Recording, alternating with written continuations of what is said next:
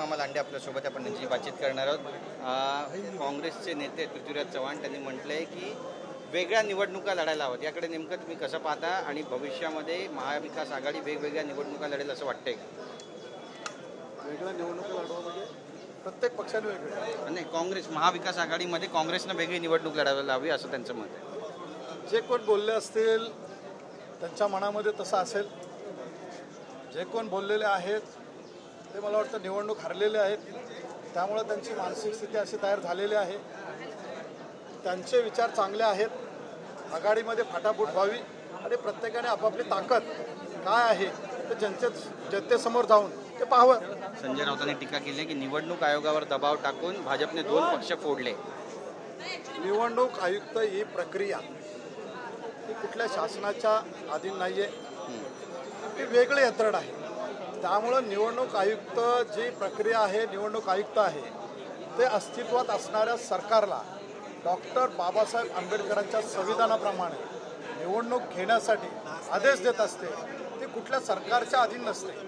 त्यामुळे निवडणूक आयुक्तांवरती आपण असे बेछूट आरोप करणं, ते निवडणूक हरल्यानंतर मानसिकता ज्यावेळी गेलेली असते त्यावेळी असे माणसं बोलत असतात। संजय राऊत म्हणतात की मुंबई तोडण्याचा प्रयत्न होतोय महाराष्ट्रापासून आणि देवेंद्र फडणवीसांवर टीका केली त्यांनी। हे प्रत्येक निवडणुकीच्या अगोदर हे लोकांसमोर जाऊन लोकांना ते दाखवणं हे अनेक वर्षापूर्वीचं आहे।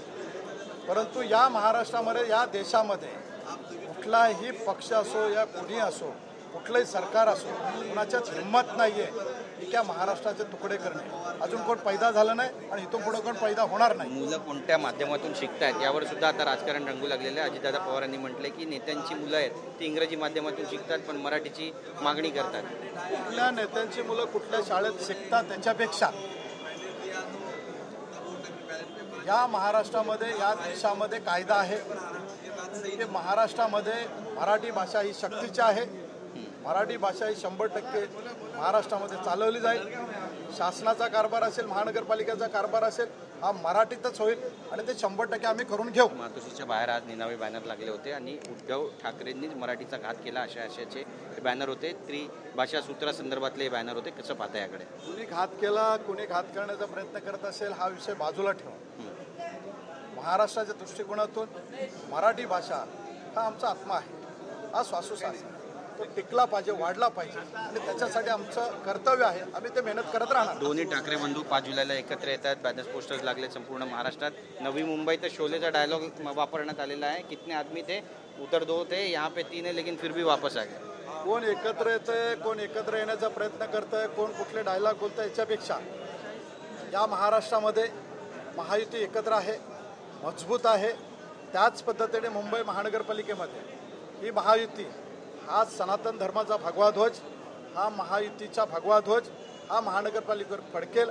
लोकांचा आशीर्वाद आहे, लोकांचं सहकार्य आहे आणि लोकांच्या चरणावरती जाऊन, लोकांच्या दरबारात जाऊन, लोकांच्या जनता दरबारात जाऊन लोकांचे आशीर्वाद घेऊन ही महायुती, हा भगवा ध्वज महानगरपालिकेवर फडकेल। धन्यवाद तुमची बातचीत केल्याबद्दल। कॅमेरा पर्सन योगेश गुरवचा, गिरीश गायकवाड, TV9 मराठी, मुंबई।